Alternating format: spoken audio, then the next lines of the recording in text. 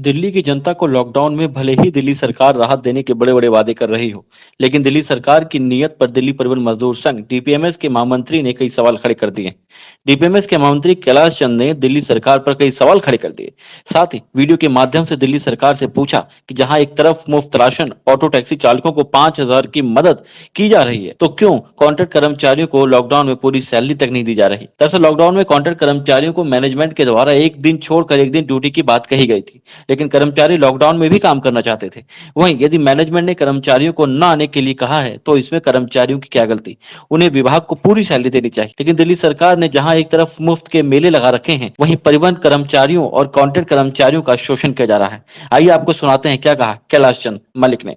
सरकार गरीब मजदूरों की मदद कर रही है, फ्री में राशन मुहैया कराया जा रहा है, ऑटो टैक्सी वालों को 5,000 रुपये की सहायता राशि दी जा रही है। वहीं दूसरी ओर परिवहन के कर्मचारी बड़े परेशान हैं। उन कर्मचारियों की लॉकडाउन के दौरान की सैलरी काट ली गई है, जबकि मैनेजमेंट ने रोस्टर तैयार किया हुआ था कि ये कर्मचारी ड्यूटी पर आएंगे और ये कर्मचारी ड्यूटी पर नहीं आएंगे। एक दिन छोड़ करके कर्मचारी को बुलाया था। ये मैनेजमेंट का फैसला था, कर्मचारियों का फैसला नहीं था।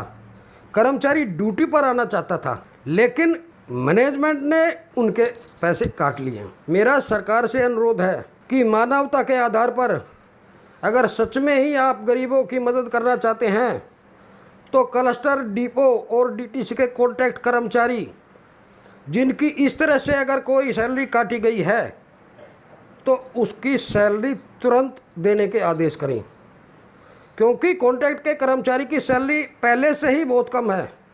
उसका गुजारा पहले से ही मुश्किल से हो रहा है, जिससे हम बार बार पक्के करने की मांग इसलिए उठाते हैं क्योंकि उनका गुजारा नहीं हो रहा। लेकिन उनकी जब सैलरी ही आधी मिलेगी, तो उनका घर परिवार कैसे चलेगा, ये आप अंदाजा लगा सकते हैं। साफ है कि दिल्ली सरकार को उन कॉन्ट्रैक्ट कर्मचारियों को पूरी सैलरी देनी चाहिए जिन्हें लॉकडाउन में पूरा वेतन नहीं मिला और सैलरी काट ली गई। अब देखना होगा कि दिल्ली सरकार कॉन्ट्रैक्ट कर्मचारियों की मदद करती है या फिर वोट बैंक को मजबूत बनाए रखने के लिए अन्य कार्य करती रहेगी। न्यूज ट्रांसफर विशेष ब्यूरो रिपोर्ट, दिल्ली।